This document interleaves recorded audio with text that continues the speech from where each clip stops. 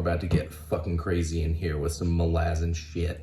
We've got a lot to cover here, so this is probably gonna be 3 hours of my time, maybe an hour of yours. So far on my reread, I am very much enjoying myself. Also loving this cover. I always think that this is Mock's Hold on Malaz Island. But yeah, it's a cool cover. I used to not dig it just because these mass market paperbacks are my favorite. I like the traditional painting type, but also the like original cover of Gardens of the Moon. I think it's the original. I don't know who the fuck is supposed to be on the cover, but it's like this dude and a chick with huge, and I'm like, yeah, maybe this is a little bit more appropriate for the series because that's not what happens here. I mean, okay, so there's a character we'll get into here in a little bit, and she kind of thick. You know, she a thick girl. But at the same time, that's bad promise for the, sets bad precedent, because then you think that this is heroic tit fantasy when it's totally not. But I was glad to get this used on Amazon. It says 99 cents. I paid more than that. So whoever the fuck sold this to me was fleecing me. Yeah, so anyway, it starts chapter 1, book 1. I think it's called, book 1 is called Pale. Yeah, so this is chapter 1 of book 1, Pale. Epigraph. The free cities of Genebacus established contracts with the mercenary armies to oppose the Imperium's advance. So we got this continent. It's like, I think, pretty sure it's in the middle of the world. I'll throw a map up here and show you guys, but Genebacus. And so there are a bunch of free cities. The main mercenary contracts that these free cities have put out are with the Crimson Guard and the Tystandi of Moonspawn under the command of one Caladan from Dune. Scratch that from the record. Caladan Brood. High Fist Dujek One Arm commands the opposing Imperial force, the Malazans, along with legions of Maranth. Now Maranth, let me explain these cats to you. They're not cats, they're bugs. Actually, I don't know what the fuck they are, but they wear bug armor. And I think that they fly giant dragonflies. And they also are like fucking scientists. They make explosives and they sell them to the Malazans, but they're also employed by the Malazans. There are black Maranth, which are like your grunt foot soldiers. There are gold Maranth who call the shots for the lesser colors of Maranth. So I think color is kind of an indication of rank in their culture. Anyway, that's all I fucking know about the Maranth. There's not too much about them except that they're like a group of people fighting for the Malazans and providing them with explosives. Dujek One Arm is commanding Malazans and legions of Maranth. We learned that the Maranth have, here we go, some kind of tech that changes the way wars are fought, at least on the Malazan side. And that the Tystandi have some bad motherfucking sorcery, man, and these two aspects of this war will fuck some shit up. So that's all just from the epigraph. So you can see how long this video is gonna fucking be, man. I'm gonna be up all night. Chapter 1 is the 103rd year of the Malazan Empire, but the 7th year of Empress Lassine's rule. Now remember, Lassine, her name was Surly. She was a tavern wench. She went from Surly to Lassine, which means throne master in Nepan, which are the people of the blue of skin, of which Lassine is one, and she is now empress.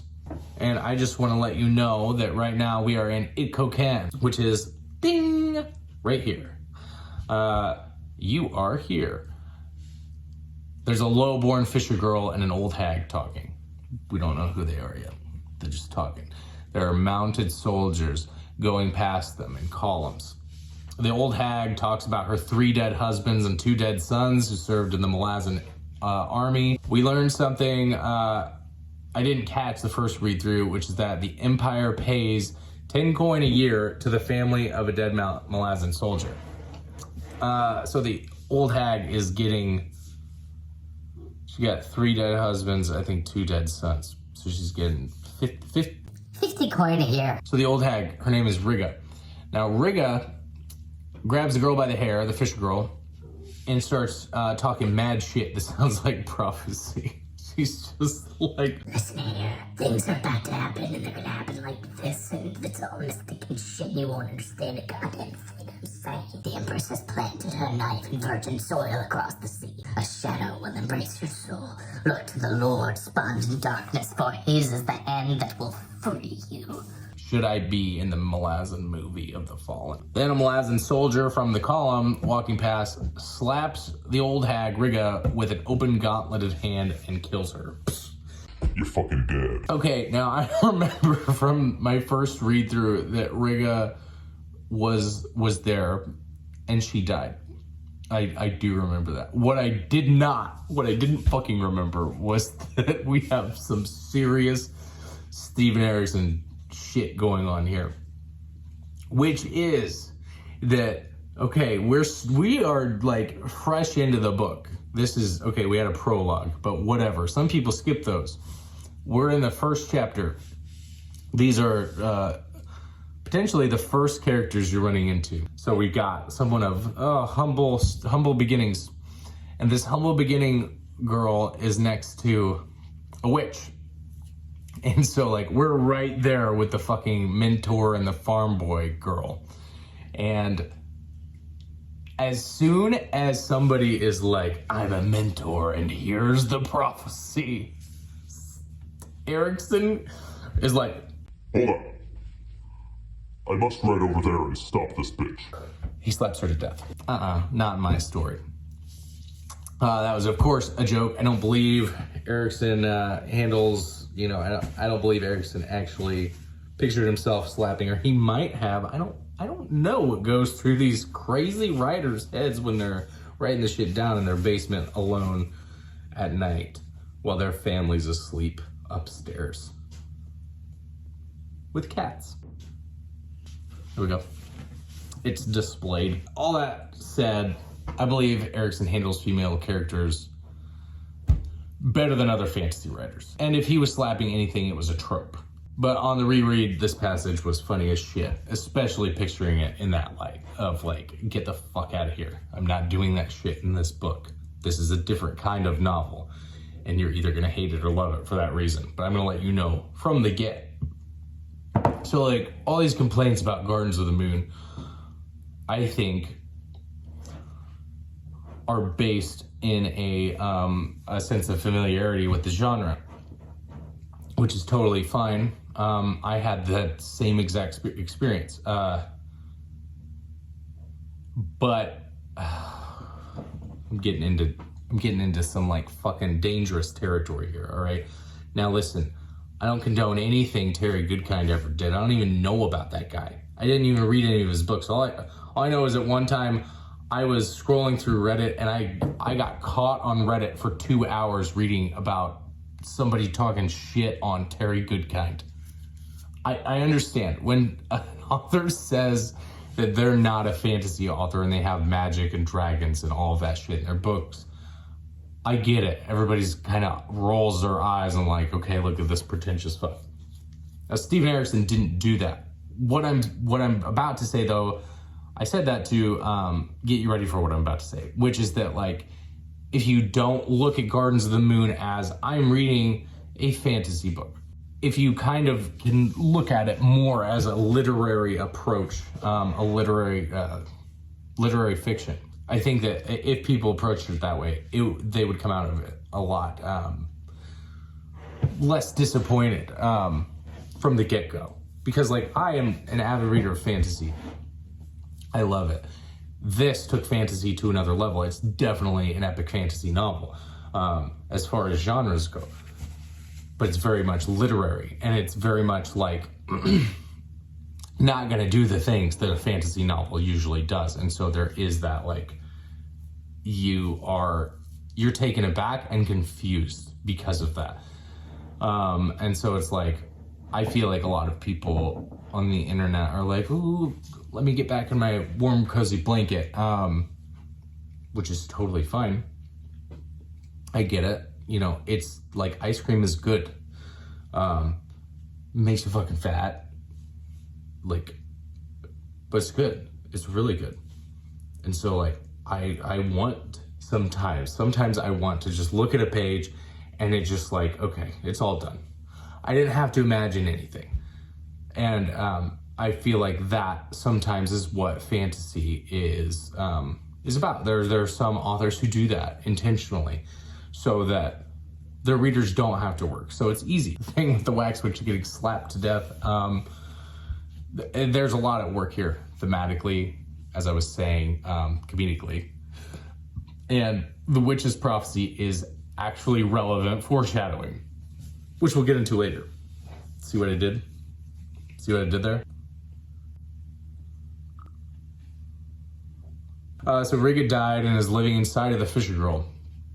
At least that's what I gather from the two voices the Fisher Girl is speaking with. And one of the voices mentions her dropped candles being just a scattering of bones. And Riga earlier in this section, I didn't say this, but she's talking about a scattering of bones with the Emperor, I think, Emperor Kellenved. And this is something I really respect about Erickson's work. He doesn't say a presence entered the Fisher Girl and she knew it was the wax witch. He lets you figure it out, but gives you a clue by calling back to something the wax witch said earlier. So the Fisher Girl is speaking, it's coming out of her mouth, but it's something the wax witch would say.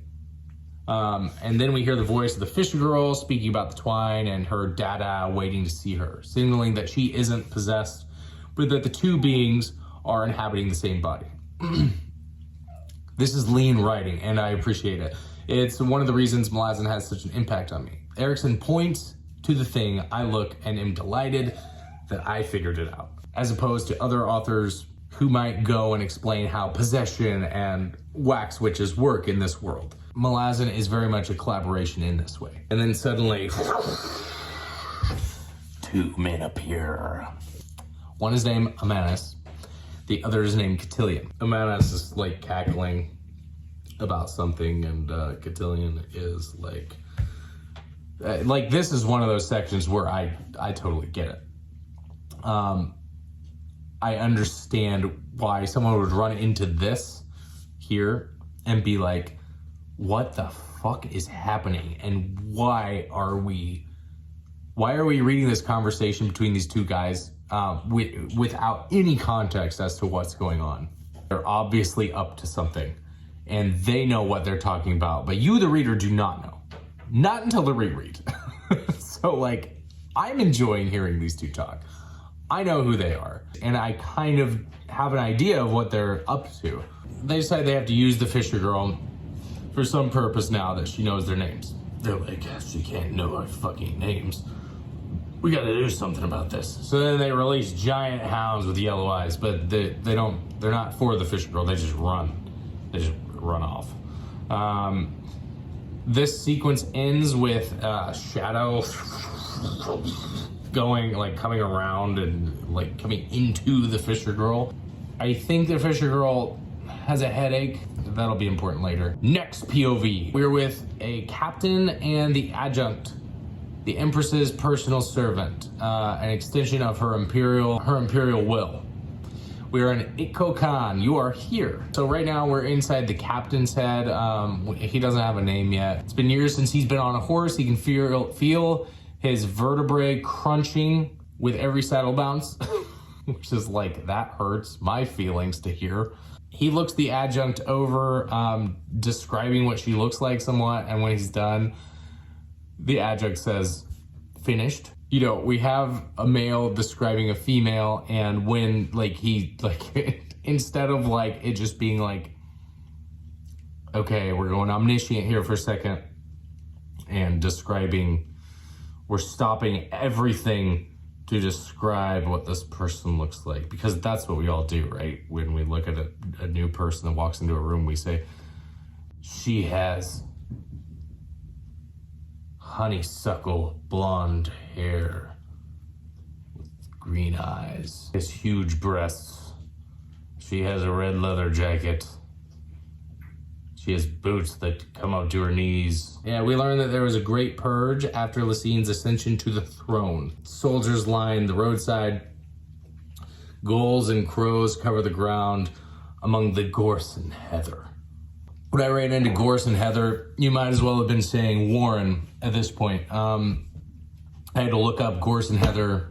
Gorse is a yellow pea plant, and Heather is a woman I went to high school with. And now when I'm writing, Gorse and Heather will be every fucking where. So anyway, among the Gorse and Heather and crows and gulls, so black, white, yellow, and purple, there's carnage. Horse ribs, blood everywhere. Very obviously, a battle has just happened. There's armor. We learn the adjunct's name is Lorne, like the cookie. And there's over 400 dead in this, whatever the fuck just happened. Our boy, Ganos Paran, rides up. He's a lieutenant now. Good job, buddy. You made it. Lorne sees that Ganos Paran is covered in blood and wasps are buzzing around his head. And she's like, damn, he's sexy. She's into him. All the people in this village, in Ikokan. I think the name of the village is Ikokan. I don't remember. So all the people in Ikokan in this town are dead in their huts. But there's an empty mooring pole by the docks. Let me tell you what that is, because I didn't fucking know. A mooring pole is the thing, like you have a dock and then you have the pole, right? You know, you see it and then the waves are like... But the pole, the wooden pole next to the dock, it's like in the water and it goes all the way down. That is the mooring pole. That's what you tie your little boat to. It's your little fisher girl. The wax witch's hut is next to a hut where a man and a girl lived. And next to this hut is an empty mooring pole. So possessed fisher girl and her dad, plus her new two stepdads, Amanas and Cotillion, maybe are all on a little boat ride, y'all. What did it? What killed everybody? Dogs as big as mules, Paran says. At least he saw them. He saw dogs as big as mules, with huge, sharp teeth, and they leave behind no tracks or tufts of hair. Paran and Lorne talk about where Paran is going next, and we learn he is of noble blood, and this is unusual for people in the military. AP Canavan talks about how important this fact is in his spoiler review of Gardens of the Moon with Dr. Philip Chase. I suggest you go watch that now if you want to see two dudes who know what the fuck they're talking about. They're actually the reason that I can't wear my tweed jacket. I have to wear sweaters. It's fucking upsetting.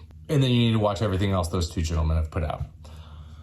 So, Lorne and Paran come to the edge of a cliff that overlooks the sea about 60 feet below. Crows pick the fat from eyeballs and tongues. The sky is overcast. You get the picture. Giant dogs fucked this place up. A little detail of character. Lorne has auburn hair. I know you don't care, YouTube watcher. Maybe you do. Maybe you're taking notes. Lorne tells Paran he's going to be a commissioned officer of her staff. He is handling this situation rather well with the people here. He's still riding around on his mare and taking care of business with these soldiers. We don't know what she's up to, though. We never know what anybody's up to. I think there was something there that happened in some way that Paran responded to her that she was impressed by, but she also thinks he's sexy. Everybody thinks Paran's Sexy. After sending Paran away, Lorne asks one of her captains about the nobility's inroads on the Imperial command structure. So I think that is kind of the motivation here for Lorne being like, you bitch, you're my direct fucking whatever. You're commissioned officer of my staff. Because I think that maybe she wants to kind of keep an eye on the nobility's influence and kind of infiltration of the military command structure. Now Lorne is saying everyone died because of sorcery. And she wants to look for the missing man and his daughter. I'm not sure if she's referring to the dogs as sorcery, but she's going to find out. She sends Paran to the market town, Jerome, to ask about the fish girl and her father. So then Paran rides off, and that's when Lorne talks to her captain about the nobility. What are they doing to the army? Are they coming in here trying to get one over on us? Because, I'll just raise their rank.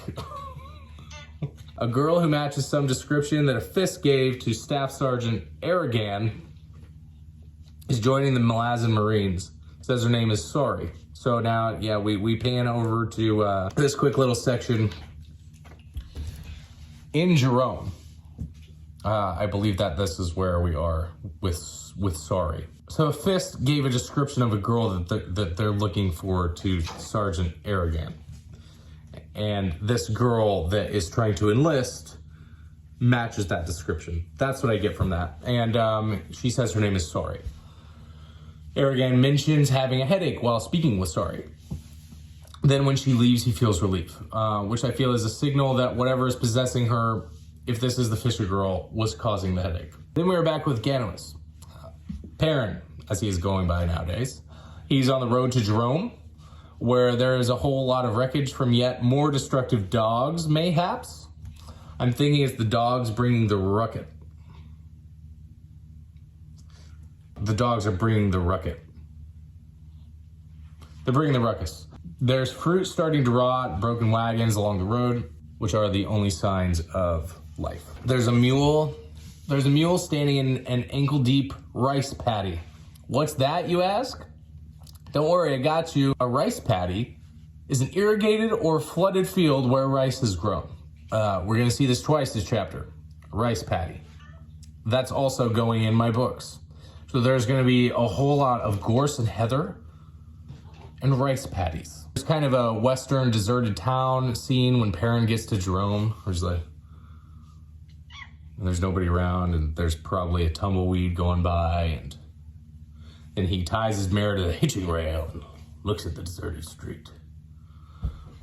Then he enters the constabulary, where there are black pigeons hanging out with a bunch of dead Malazans whose faces are green and blue as if they'd been suffocated. Who came and did this to our goddamn town?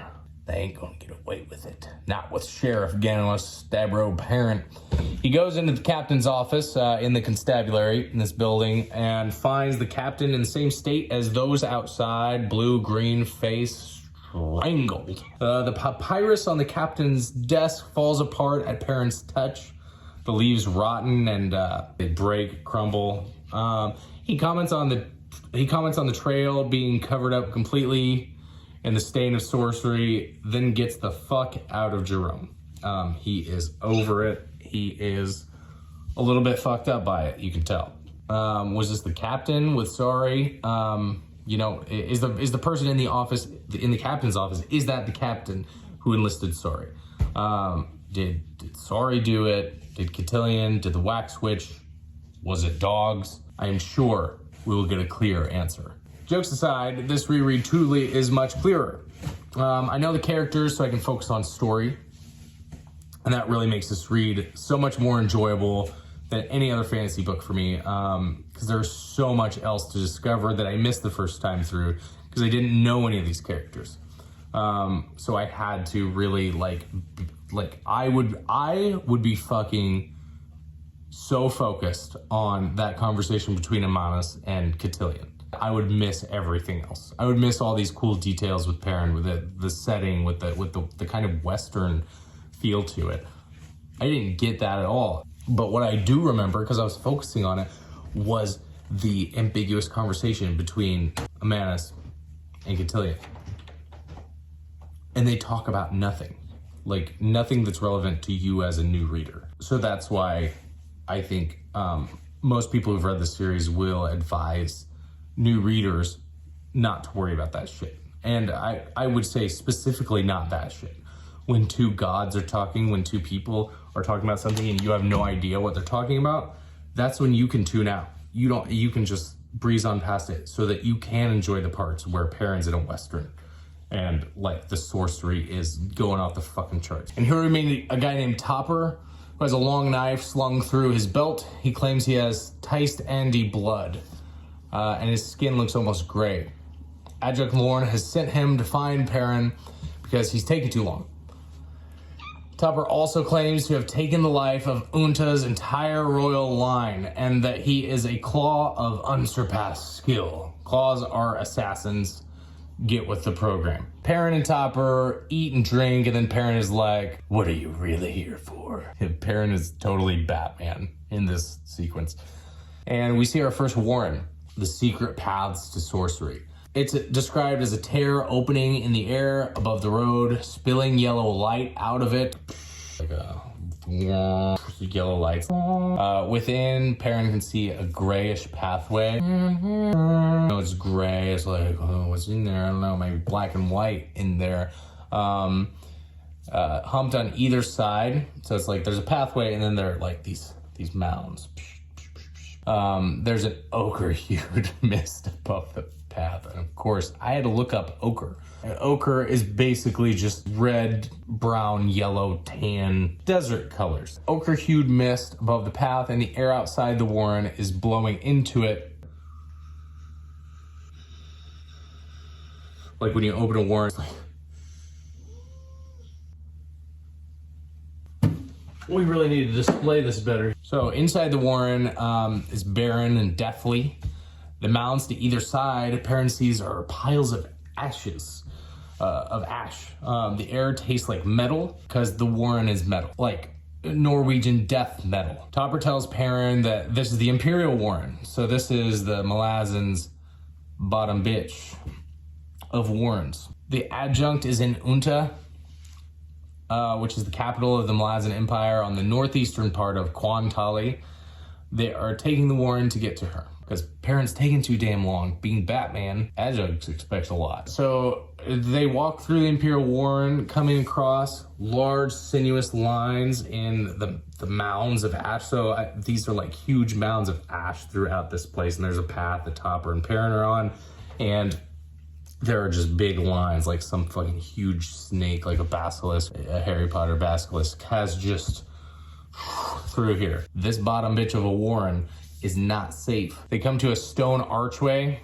On top is a talon holding a crystal ball, which is the Malazan Imperial Sigil. Light and colors explode outward and engulf Paran as he goes through the archway on his mount. Now, the reason he goes through on his mount is because his Topper just walks through.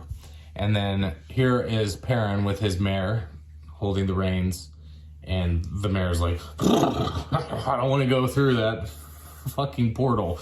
And Paran's like, oh, easy girl, easy. Then he's like, I'm gonna have to charge through because I'm fucking Batman.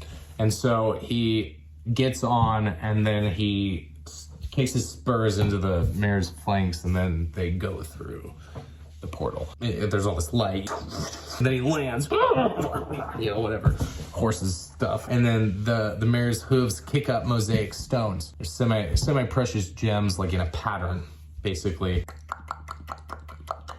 Soldiers close in around Paran, but then back away.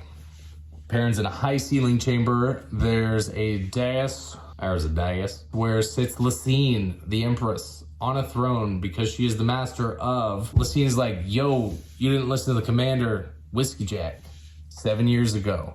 So she's like, what's up? Yeah, I remember you, Batman. Paran, yeah, I know. Learn to take a fucking bad joke, guys? Like, come on. So Lysine, as I've mentioned here many times, has blue skin and short hair. She's like, what? You think this is a stable? Because he's still on his horse, and he fucked up her stone. And Paran says, the mare was reluctant to go through. Lysine says, with good reason, and tells Lieutenant Paran where Adjunct Lorne can be found. Someone comes and takes Paran's horse. So the adjunct is sitting in her room by the window. The sun is rising. The adjunct is getting dressed, and Paran gets a boner, essentially. Kidding. Paran is embarrassed. Sorry, can't talk about boners. What I like about this is Lorne says, I'm not one for modesty, to Paran, who's, he's doing the typical fantasy male thing of like, oh, my word, oh, fuck, a naked woman. What do I do? Anyway, so I appreciate this because it's not like that at all. She's just like, I don't give a fuck that I'm naked around you. When he's like, oh, I'm a fantasy protagonist. She's like, I'm not. I don't know what you're doing. I'm not doing that. It's kind of like when the soldier slaps the shit out of the wax witch who's trying to be a trope. Here's another one where Lauren is like, I'm not being a fucking trope. You can, Batman, Paran. You can be a trope all you fucking want. So aside from Sorry, yeah, this is one of the first women we come across in the book. Now I've heard Erickson say in multiple interviews that he and Esselmont felt that if it's a secondary world, why would they have the same sexism as our world? Which is a good point. This is one of those moments where I think that shows. Typically in fantasy novel, as I said, we would see Lauren feeling a sense of shame at someone seeing her body. Not here, she doesn't give a fuck. Paran is the one who's uncomfortable.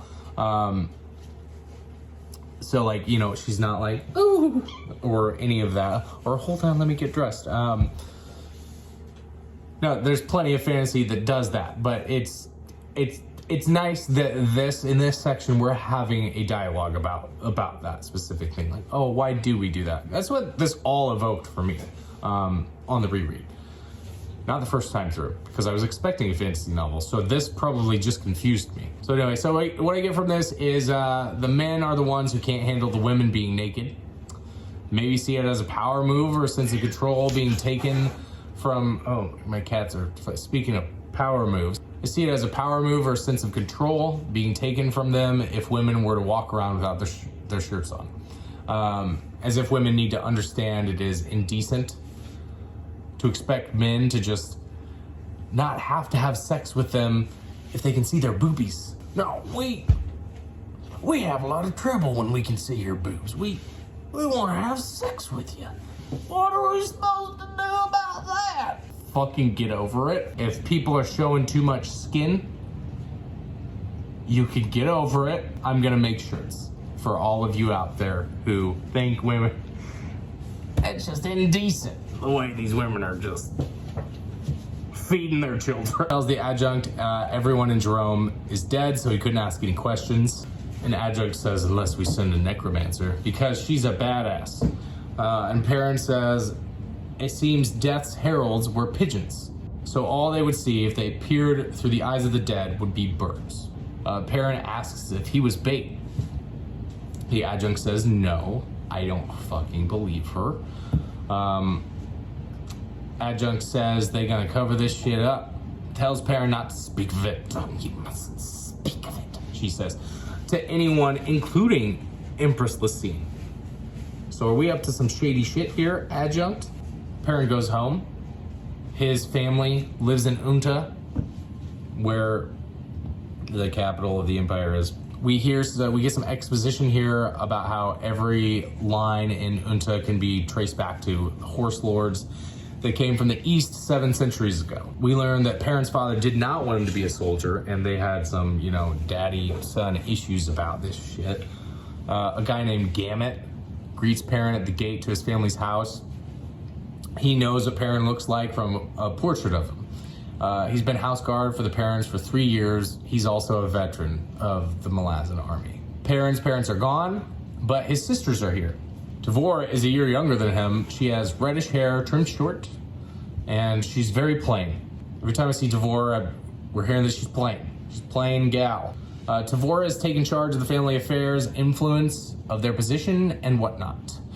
Their father is in poor health, but he's away, taking care of horses in their country house. I just picture the Paran parents at Balmoral. Tavore says Felicin, their younger sister, will be happy to see Paran.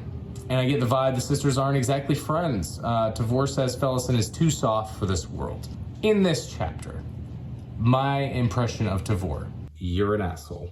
How I feel about this chapter is there's a lot of cool shit happening. Points that stuck out to me were, you know, the way we handled tropes already with the wax witch, the prophecy, and immediately shutting that shit down. Like, no, we're not doing that. It's over. The prophecy's over.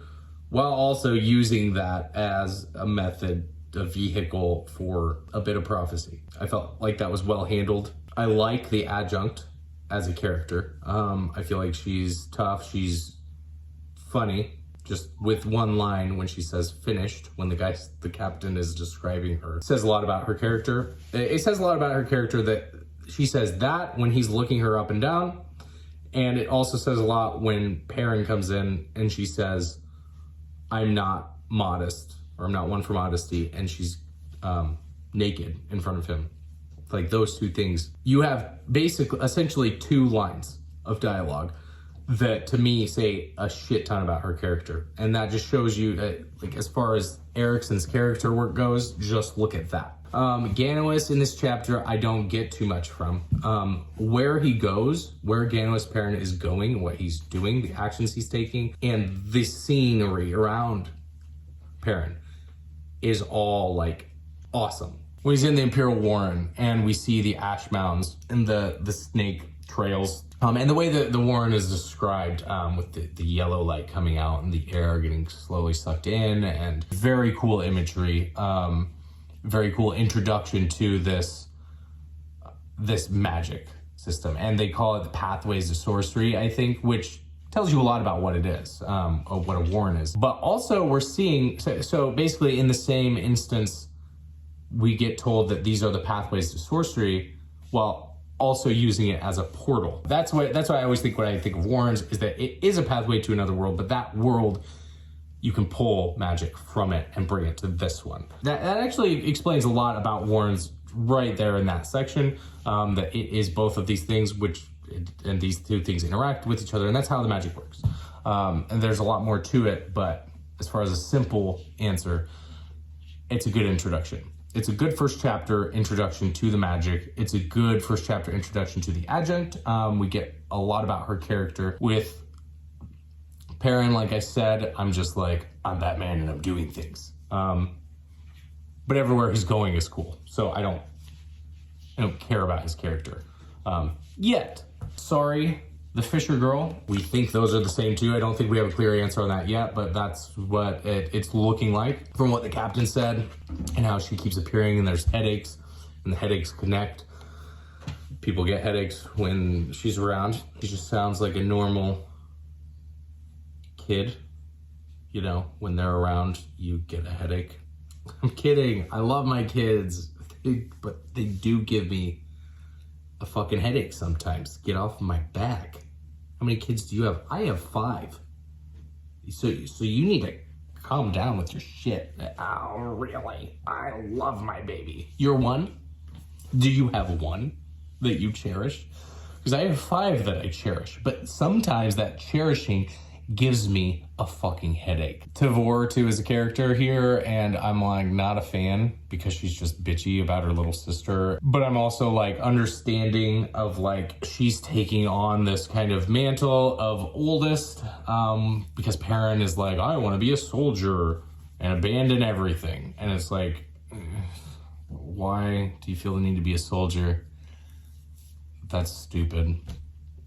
But I get that people want to do that. But then Tavore's like, yeah, you motherfucker, now I'm here and I have to handle the political shit. I probably would be better at what you're doing than you are. Amanus and Cotillion, whatever. Sorry, whatever. Hi, I'm Tattersail. I have heavily lidded eyes. Every blink is slow with me. I have a full mouth. And I'm super curvy. Buckle up, Buttercup. We're in chapter 2.